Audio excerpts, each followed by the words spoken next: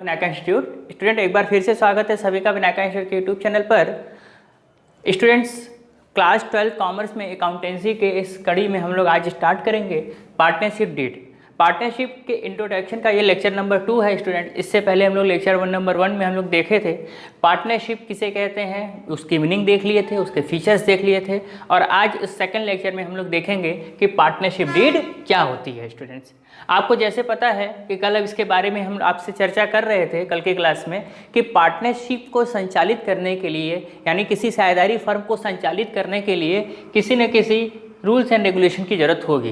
बिना rules and regulation के कोई भी पार्टनरशिप फर्म सुचारू रूप से संचालित नहीं हो सकती है। आपको कल हमने बताया था पार्टनरशिप अधिनियम यानी साझेदारी अधिनियम कब बना, 1932 ईस्वी में बना। स्टूडेंट्स, इस 1932 ईस्वी के अकॉर्डिंग पार्टनरशिप डीड जो है वो किसी भी साझेदारी फर्म को बनाना अनिवार्य नहीं है। ये पूर्णतः उस फर्म की इच्छा पर निर्भर करता है कि कोई भी फर्म साझेदारी संलेख बनाए या न बनाए। लेकिन साझेदारी संलेख बना लेने से स्टूडेंट एक ये फ़ायदा ये होता है कि साझेदारी संलेख के अकॉर्डिंग, साझेदारी संलेख को अगर हम एक छोटी सी लाइन में कहें तो bundle of rules and regulation, यानी ये नियम और कानूनों का क्या है, पिटारा है। Bundle of rules and regulation यानी जो भी नियम और कानून बनाए जाएंगे क्या करने के लिए, साझेदारी फर्म को संचालित करने के लिए। अर्थात साझेदारी फर्म को संचालित करने के लिए स्टूडेंट्स जो भी नियम कानून बनाए जाएंगे वो किसके अंतर्गत बनाए जाएंगे, पार्टनरशिप डीड के अंतर्गत बनाए जाएंगे। अब इस पार्टनरशिप डीड में आपके एग्जाम के पॉइंट ऑफ व्यू से क्या क्वेश्चन पूछ सकता है कि पार्टनरशिप डीड क्या होती है। पार्टनरशिप डीड हमेशा लिखित होगी, मौखिक नहीं होगी, क्योंकि ये दस्तावेज है, ये डॉक्यूमेंट है इसको संचालित करने के लिए, किसको, पार्टनरशिप को संचालित करने के लिए। ठीक है स्टूडेंट्स, यानी bundle of rules and regulation, नियम और कानून। नियम, किस नियम के अकॉर्डिंग, किस लॉ के अकॉर्डिंग हमारी जो पार्टनरशिप है वो संचालित होगी। अब इस पार्टनरशिप डीड में क्या क्या विषय सामग्री होगी, अर्थात पार्टनरशिप डीड में क्या क्या बातें का उल्लेख किया जाएगा। तो अब आपको जैसे पता है, कल हम इस बारे में बता रहे थे आपको कि पार्टनरशिप के लिए क्या होना चाहिए, पार्टनर्स होने चाहिए। जैसे मान लीजिए ए है, बी है और सी है, ये 3 पार्टनर्स हैं, ये पार्टनर्स हैं। अब ये जो पार्टनर्स हैं, सबसे पहले साझेदारी संलेख में इस बात का उल्लेख होगा कि कौन से पार्टनर्स कितनी पूंजी लेकर आएंगे। ठीक है स्टूडेंट्स, सबसे पहली बात कितने पार्टनर्स कितनी पूंजी लेकर आएंगे। अब दूसरी बात जो सबसे बात है, जैसे मान लीजिए कि कोई भी पार्टनर जितनी पूंजी लेकर आ रहा है तो उस पूंजी से, उस पूंजी पर यानी साझेदार द्वारा लगाई गई पूंजी पर उन्हें क्या मिलना चाहिए, ब्याज मिलना चाहिए। क्यों, क्योंकि किसी साझेदार ने फर्म को पैसा दिया है, फर्म में पैसा लगाया है और उस फर्म पे के लिए लगाया गया पैसा, लगाई गई पूंजी पर उस साझेदार को क्या मिलना चाहिए स्टूडेंट, इंटरेस्ट मिलना चाहिए। तो पहले इस बात का उल्लेख होगा कि किस साझेदार ने कितनी पूंजी लाई है। पहले इस बात का उल्लेख होगा पार्टनरशिप डीड में कि किस साझेदार ने कितनी पूंजी लाई है स्टूडेंट्स। ठीक है, दूसरे इस बात का उल्लेख होगा कि जो पार्टनर जितनी पूंजी लेकर आ रहे हैं उस पर रेट ऑफ इंटरेस्ट यानी इंटरेस्ट रेट क्या होगा, किस दर से उनको क्या मिलेगा, उस पूंजी पर ब्याज मिलेगा स्टूडेंट। सेकंड बात आएगी प्रॉफिट एंड लॉस, लाभ और हानि, लाभ हानि। ठीक है स्टूडेंट्स, अब पार्टनरशिप डीड में इस बात का भी उल्लेख होता है कि जो पार्टनर्स होंगे वो अब लाभ हानि का बंटवारा किस रेशियो में करेंगे। तो आपसे ऑब्जेक्टिव क्वेश्चन पूछा जाता है कि साझेदारी फर्म में लाभ और हानि का जो विभाजन है किस आधार पर किया जाता है। तो आपका आंसर होगा साझेदारी संलेख के अनुसार। ठीक है, अभी हम इस पे भी बारे में बात करेंगे कि यदि किसी फर्म ने साझेदारी संलेख नहीं बनाया है तो उस स्थिति में लाभ और हानि का विभाजन कैसे होगा, इसके बारे में अभी आगे इसी वीडियो में हम लोग चर्चा करेंगे। ठीक है, तो जब भी साझेदारी संलेख क्या है, सबसे पहले ये समझ लीजिए साझेदारी संलेख क्या है, bundle of rules and regulation है, नियम और कानून का पिटारा। यानी जो साझेदारी फर्म है वो किस तरह से चलेगी, उसका संचालन कैसे होगा सुचारू रूप से, इसके लिए जो नियम कानून बनाए जाएंगे वो साझेदारी संलेख में बनाए जाएंगे। सबसे पहले ये उल्लेख हो रहा है कि भाई पार्टनर्स ने कौन कौन से पार्टनर्स ने कितनी कितनी पूंजी लेकर आए हैं। दूसरा, उस लाई गई पूंजी पर, साझेदार द्वारा लाई गई पूंजी पर उन्हें कितना ब्याज दिया जाएगा, यानी रेट ऑफ इंटरेस्ट कितना होगा। ठीक है, सामान्यतः इसकी रेट ऑफ इंटरेस्ट जो होती है 6% होती है, यानी इंटरेस्ट ऑन कैपिटल कितना होता है, 6% होता है, वो उसको दिया जाएगा स्टूडेंट्स। सेकंड, लाभ और हानि का बंटवारा, यानी किस रेशियो में, किस अनुपात में साझेदार अपने लाभ और हानि का विभाजन करेंगे। साझेदारी संलेख क्यों जरूरी है? देखिए, हर एक साझेदारी फर्म में जरूरी नहीं है कि साझेदारी संलेख चल रहा है, साझेदारी फर्म चल रही है और बीच में किसी प्रकार का कोई विवाद आ गया तो उस विवाद से निपटने के लिए साझेदारी संलेख बना लिया जाता है, ताकि भविष्य में किसी भी प्रकार के साझेदारों के बीच में अगर कोई भी बात आकर चलती है कि आप इस तरीके की बातें आई थी, तो उसको सल्यूशन करने के लिए साझेदारी संलेख को दिखा दिया जाता है। क्यों? क्योंकि साझेदारी संलेख में सभी साझेदारों के हस्ताक्षर होते हैं कि लाभ और हानि का बंटवारा, क्योंकि अगर ज़्यादा लाभ हुआ तो कोई साझेदार अगर ज़्यादा लाभ चाहता है तो उसे ज़्यादा लाभ नहीं मिलेगा। क्यों? क्योंकि पहले से ही साझेदारी संलेख में डिसाइड हो चुका है कि लाभ होगा तो भी इसी अनुपात में बटेगा और हानि होगी तो भी इसी अनुपात में बटेगा। जैसे अगर मान लीजिए 3 पार्टनर्स हैं, ए, बी और सी, इनके बीच का रेशियो है 2:2:1 मान लीजिए, 2:2:1, यानी 2 संबंध 1। इस अनुपात में साझेदारी संलेख में कह दिया कि ये अपने लाभ और हानि को विभाजित करेंगे। तो लाभ और हानि दोनों की स्थिति में साझेदारी संलेख चूंकि बन चुका है और ए, बी, सी तीनों ने इस पर हस्ताक्षर किए हुए, सिग्नेचर किए हुए हैं, इसलिए उन्हें लाभ और हानि का कितना % मिलेगा? 2:2:1 ही के अनुपात में मिलेगा। ठीक। दूसरी बात, ड्राइंग, आहरण। अब ये आहरण क्या है स्टूडेंट्स? हर एक साझेदारी फर्म में साझेदारों को ये अधिकार प्राप्त होता है कि वो आवश्यकता पड़ने पर फर्म से पैसा निकाल सकते हैं। आवश्यकता पड़ने पर हर एक साझेदार आवश्यकता अनुसार फर्म से पैसे को आहरित कर सकता है, ड्राइंग कर सकता है, निकाल सकता है। ठीक। तो साझेदारी संलेख में इस बात का भी जिक्र होगा कि किस साझेदार ने कितना आहरण किया हुआ है स्टूडेंट्स, पहली बात। दूसरी बात, इंटरेस्ट ऑन ड्राइंग। अब यहाँ आप ध्यान दीजिएगा, इंटरेस्ट ऑन ड्राइंग जो है, अब आहरण जब करेगा कोई पार्टनर तो वो फर्म को क्या करेगा? ब्याज देगा। यहाँ पर इंटरेस्ट ऑन ड्राइंग फर्म के लिए क्या है? इनकम है। ये क्या है? फर्म के लिए इनकम है। क्यों इनकम है? क्योंकि यहाँ पर ब्याज क्या होगा? मिलेगा। इंटरेस्ट ऑन ड्राइंग फर्म के लिए क्या होती है? इनकम होती है। क्यों? क्योंकि जैसे ही किसी पार्टनर ने फर्म से पैसा निकाला, उसे उस निकाले गए पैसे पर फर्म को ब्याज देना पड़ेगा। उसे क्या देना पड़ेगा? फर्म को ब्याज देना पड़ेगा। तो यहाँ पर इंटरेस्ट ऑन ड्राइंग जो है वो फर्म के लिए क्या है? इनकम है। ठीक है, इंटरेस्ट ऑन ड्राइंग फर्म के लिए इनकम है। लेकिन यहाँ इंटरेस्ट ऑन जो कैपिटल था वो फर्म के लिए क्या था? एक्सपेंसेस था। क्यों एक्सपेंसेस था? इसलिए क्योंकि साझेदार ने क्या किया है? फर्म में पैसा लगाया है तो फर्म उसको ब्याज देगी। इसलिए इंटरेस्ट ऑन जो कैपिटल था वो फर्म के लिए क्या था? एक्सपेंसेस था। इसको अब ये सारी चीज़ें, प्रॉफिट एंड लॉस अकाउंट बनता है तो उसके बारे में हम लोग बात करेंगे, interest on capital, interest on drawing, ये सारी चीज़ें। यहाँ पर अभी आप ये समझ लीजिए कि ड्राइंग यानी साझेदारी संलेख में इस बात का भी उल्लेख होगा कि हर एक साझेदार ने कितना कितना फर्म से आहरण किया हुआ है, पहली चीज़, और उसे उसके आहरित किए गए धनराशि पर ब्याज कितना मिल रहा है, यानी इंटरेस्ट ऑन ड्राइंग कितना दिया जाएगा, यानी फर्म को कितना इंटरेस्ट ऑन ड्राइंग के रूप में प्राप्त हुआ है। ठीक है। तीसरा पॉइंट होता है लोन। जिस तरह से फर्म में पैसा साझेदार लगा सकता है, फर्म से पैसा निकाल सकता है, उसी तरीके से आवश्यकता पड़ने पर साझेदार ऋण भी ले सकता है। यहाँ पर जो लोन है वो क्या है? साझेदार द्वारा लिया गया ऋण। तो सीधी सी बात है कि अगर साझेदार द्वारा लिया गया ऋण है तो जो इंटरेस्ट होगा उसका इंटरेस्ट ऑन लोन होगा। इंटरेस्ट ऑन लोन होगा वो भी उसे क्या करना पड़ेगा? देना पड़ेगा। ये भी फर्म के लिए क्या होती है? इनकम हो गया। क्यों? क्योंकि साझेदार जो है वो फर्म से पैसा निकाल रहा है, लोन ले रहा है। ठीक है। यदि साझेदार ने फर्म से लोन लिया हुआ है, यदि साझेदार ने फर्म से उधार लिया हुआ है, ऐसी स्थिति में साझेदारों को क्या करना पड़ेगा? लिए गए लोन के लिए ब्याज देना पड़ेगा, इंटरेस्ट ऑन लोन देना पड़ेगा। ऐसी स्थिति में ये फर्म के लिए क्या हो गया? इनकम हो गया। ठीक है। इसके विपरीत ऐसा भी हो सकता है कि ये जो लोन है वो फर्म क्या कर रही है, ले रही है, फर्म ले रही है। यदि मान लीजिए कि फर्म ने इंटरेस्ट ऑन लोन लिया है, साझेदारों से लोन लिया हुआ है, ऐसी स्थिति में फर्म के लिए क्या हो जाएगा, एक्सपेंसेस हो जाएगा। इसके बारे में आप परेशान ना होइएगा, इसको बारे में हम लोग आगे चर्चा करेंगे।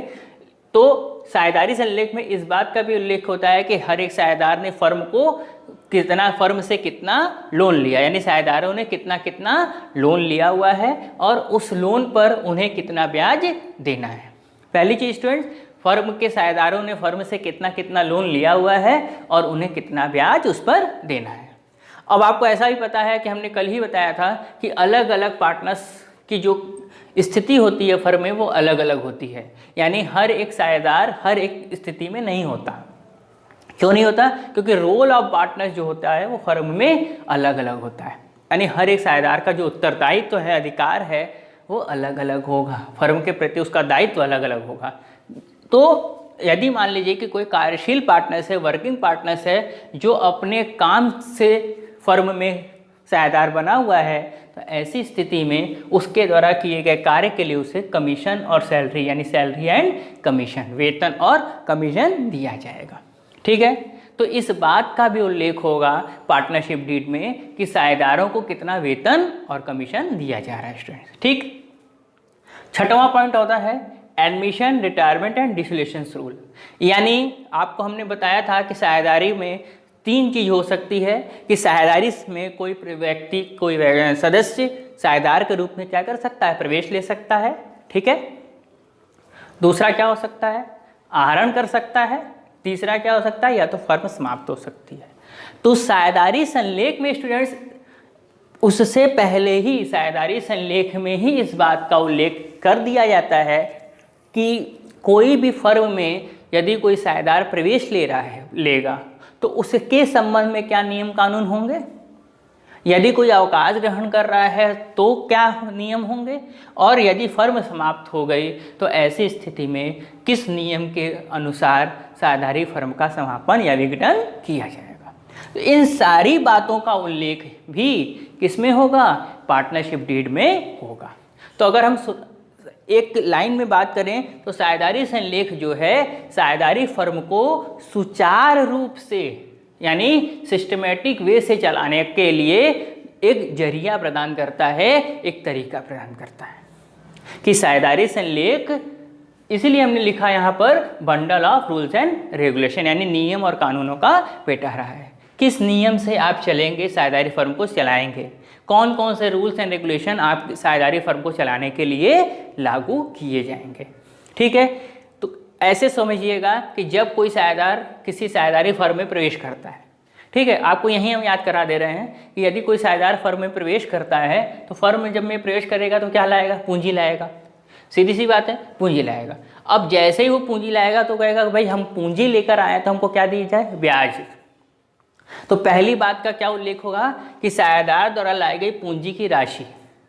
दूसरी बात का क्या उल्लेख होगा कि उस पूंजी पर कितना ब्याज उसे मिल रहा है। ठीक, दूसरी बात, अब कोई भी साझेदारी फर्म में किसके लिए साझेदार बनता है, इसलिए साझेदार बनता है कि उसको कितना प्रॉफिट या कितना लॉस मिलेगा ये भी उसे पहले से जानकारी हो जाए। ठीक है, यानी हर एक साझेदार फर्म में इसलिए साझेदार बनता है क्योंकि उस फर्म के लाभ का हिस्सेदार वो बन सके। तो सीधी सी बात है कि प्रॉफिट और लॉस यानी कितने के लिए हिस्सेदार बनेगा, इस बात का भी उल्लेख पहले से ही साझेदारी संलेख में कर लिया जाता है। अब फर्म चल रही है तो दो आवश्यकता हो सकती है, साझेदारों को भी आवश्यकता हो सकती है और फर्म को भी आवश्यकता हो सकती है। ठीक है, यहाँ पर याद रखिएगा कि फर्म चल रही है, फर्म पहले साझेदार ने पैसा लगा दिया, अब बिजनेस स्टार्ट हो गया है और लाभ और हानि का बंटवारा हो रहा है, और फर्म को बढ़ाने के लिए या किसी साझेदार की अपनी आवश्यकता के लिए फर्म को भी आवश्यकता पड़ सकती है और साझेदारों को भी आवश्यकता, यानी पार्टनर्स को भी आवश्यकता पड़ सकती है। अगर पार्टनर्स को आवश्यकता पड़ रही है तो वो क्या करेगा, फर्म से पैसा निकालेगा, और अगर फर्म को आवश्यकता पड़ रही है कि तो वो साझेदार से लोन ले भी सकती है, और अगर साझेदार ऐसा भी कर सकता है कि फर्म से लोन ले ले। ठीक, ऐसी स्थिति में साझेदार के द्वारा आहरण किया जाएगा। यदि मान लीजिए कि साझेदार फर्म से क्या करता है, आहरण करता है, तो ऐसी स्थिति में वो फर्म को क्या करेगा, ब्याज देगा। इसलिए हमने लिखा इंटरेस्ट ऑन ड्राइंग फर्म के लिए क्या है, इनकम है। अगर साझेदार ने फर्म से लोन लिया हुआ है, देखिए दो अलग अलग चीज़ें, आहरण किया हुआ है, आहरण वो अपनी पूंजी में से ही कर रहा है, लोन लिया हुआ है तो ऐसी स्थिति में फर्म से वो अलग से लोन ले रहा है। ठीक है, तो यदि फर्म से लोन ले रहा है तो ऐसी स्थिति में इंटरेस्ट ऑन लोन फर्म के लिए इनकम हो जाएगी। यहाँ पर एक बात यहीं पर हम आपको बता दें कि यदि लोन जो है फर्म ने लिया है,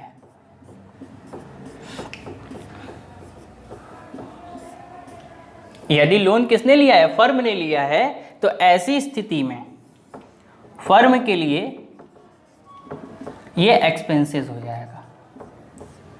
क्या हो जाएगा, एक्सपेंसेस हो जाएगा। क्यों एक्सपेंसेस हो जाएगा स्टूडेंट, इसलिए क्योंकि अगर फर्म ने साझेदारों से लोन लिया हुआ है तो फर्म को इंटरेस्ट क्या करना होगा, देना होगा,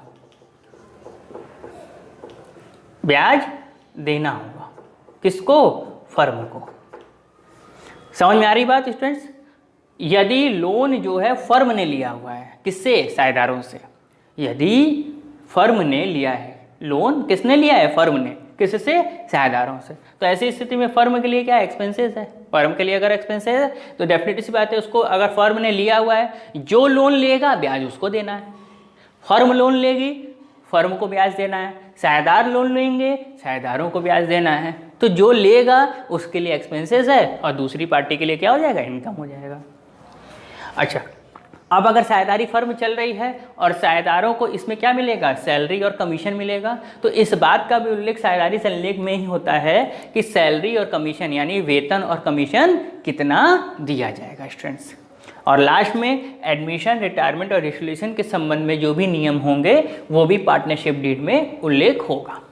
ऐसे और भी बातों का उल्लेख साझेदारी संलेख में किया जा सकता है। ये जब साझेदारी संलेख का निर्माण होता है, ये लिखित अनुबंध है और ऐसी स्थिति में हर साझेदार भविष्य में आने वाली समस्याओं से निपटने के लिए, भविष्य में किसी प्रकार का मनमुटाव न हो कि इस तरीके से करना है, तो ऐसी स्थिति से पहले ही पार्टनरशिप डीड में सारी बातों का उल्लेख कर लिया जाता है।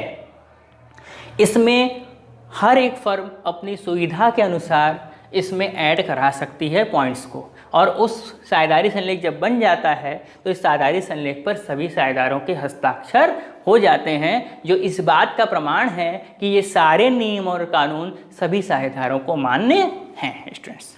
ठीक है, तो ये साझेदारी संलेख था, इसके अनुसार साझेदारी फर्म का संचालन होगा। ठीक, अब अगला जो पॉइंट है वो इस बात की बात है कि यदि साझेदारी संलेख नहीं बनाया गया तो याद रखिएगा कि साझेदारी संलेख के अभाव में क्या क्या पॉइंट्स निकलकर सामने आएंगे स्टूडेंट। तो यहाँ देखिएगा कि साझेदारी संलेख के अभाव में यदि मान लीजिए कि फर्म ने साझेदारी संलेख का निर्माण नहीं किया हुआ है, तो ऐसी स्थिति में लाभ और हानि इक्वल बांटेंगे। यानी अगर साझेदारी संलेख बना हुआ है तब तो प्रॉफिट एंड लॉस को उसके अनुसार बटेगा, यानी लाभ और हानि जिस अनुपात में साझेदारी संलेख में निर्धारित किया गया वैसे बटेगा। लेकिन अगर साझेदारी संलेख के अभाव है, यानी साझेदारी संलेख का निर्माण नहीं किया गया है, यानी फर्म ने साझेदारी संलेख नहीं बनाया है, ऐसी स्थिति में जो लाभ और हानि होगी वो इक्वल बटेगी। ठीक, इंटरेस्ट ऑन लोन फर्म को कितना देना पड़ेगा, यदि फर्म ने यानी साझेदारों ने लोन दिया हुआ है, साझेदारों ने फर्म को लोन दिया हुआ है, तो दूसरी भाषा में हम कहें तो फर्म ने साझेदारों से लोन लिया हुआ है। किसने लोन लिया है, फर्म ने लिया हुआ है। तो फर्म को इंटरेस्ट ऑन लोन कितना देना पड़ेगा, 6% देना पड़ेगा। यहाँ हम लिख दे रहे हैं इंटरेस्ट फर्म को 6% देना होगा। किसको, फर्म को, यानी फर्म देगी। तो इसका मतलब यहाँ फर्म के लिए क्या हो गया, एक्सपेंसेस हो गया। ठीक, लेकिन interest on capital, interest on drawing, salary और कमीशन ये कुछ भी नहीं दिया जाएगा। कब, साझेदारी संलेख अगर नहीं बना हुआ है तो। ठीक है, इंटरेस्ट ऑन कैपिटल की भी बात नहीं होगी, इंटरेस्ट ऑन ड्राइंग की भी बात नहीं होगी, सैलरी और कमीशन की भी बात नहीं होगी स्टूडेंट्स। इसका मतलब साझेदारी संलेख के अभाव में दो ही चीज़ें हैं, प्रॉफिट और लॉस इक्वल बटेगा, इंटरेस्ट ऑन लोन कितना परसेंट देना पड़ेगा फर्म को, 6% देना पड़ेगा। ठीक, इंटरेस्ट ऑन कैपिटल की भी बात नहीं होगी, no interest on capital, no interest on drawing, no salary and commission.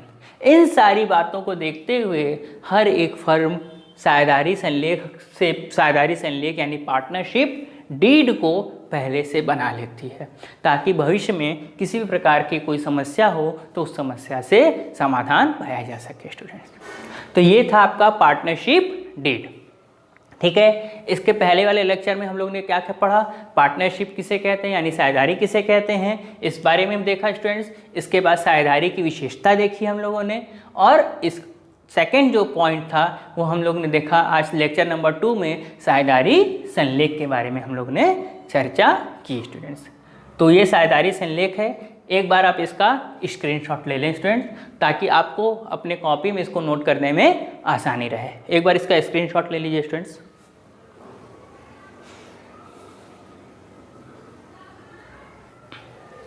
ठीक है स्टूडेंट्स, आप इसका स्क्रीनशॉट ले लिए हैं, इसको अपने कॉपी में नोट करिएगा। तो ये पार्टनरशिप डीड का एक इम्पॉर्टेंट टॉपिक था आपके एग्ज़ाम के लिए, तो इसको नोट करिएगा और इसको एक बार वीडियो देखिएगा ताकि ये सारी चीज़ें आपको सिस्टमेटिक समझ में आ जाएंगी। तो ये पहला वाला लेक्चर था, पहला वाला लेक्चर को भी देखिएगा, लेक्चर नंबर 2 में भी देखिएगा। अच्छा, लेक्चर नंबर 2 में हम डिस्क्रिप्शन में लेक्चर नंबर 1 का हम आपको लिंक दे देंगे, और जिसने लेक्चर नंबर 1 को नहीं देखा होगा स्टूडेंट्स, वो लेक्चर नंबर 1 को भी डिस्क्रिप्शन में जाकर उसको ज़रूर देख ले, वहाँ लिंक है, वहाँ पे देख ले, ताकि इससे पहले वो सारी चीज़ें समझ में आ जाए स्टूडेंट्स। तो उम्मीद है कि ये वीडियो आपको अच्छा लगा होगा। और एक बात और इन्फॉर्मेशन देना चाहते हैं कि विनायका इंस्टीट्यूट ने अपने ऐप्स को आपकी सुविधा के लिए बना लिया है। तो गूगल प्ले स्टोर पे आप जाएंगे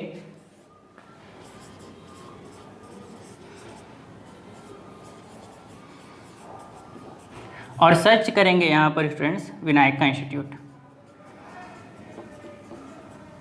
जब आप विनायका इंस्टीट्यूट सर्च करेंगे तो आपको सारी चीज़ें मिल जाएंगी, और आप जब इसको इंस्टॉल कर लेंगे तो इस ऐप में आपको सारी चीज़ें स्टडी मटेरियल के साथ साथ वीडियो भी मिलेंगे, आप इसको देख सकते हैं और इसका फ़ायदा उठा सकते हैं स्टूडेंट्स। ठीक है, इसके साथ साथ एक चीज़ और बता दें कि इस विनायका इंस्टीट्यूट के यूट्यूब चैनल को आप ज़रूर सब्सक्राइब कर लीजिएगा, आप लाइक करिएगा, शेयर अपने फ्रेंड के साथ करिएगा, ताकि ये जो मैनेज फुल क्लास है यानी आपको रोज़ के रोज़ क्लास आपको मिल रही है, छोटे छोटे वीडियो बनाए जा रहे हैं ताकि आप इस वीडियो को देख सकें। इस क्वांटिटी से ज़्यादा आपके लिए क्वालिटी की बात की जा रही है, क्योंकि अगर क्वांटिटी ज़्यादा होगी तो फिर आप स्किप करना शुरू कर देते हैं स्टूडेंट्स।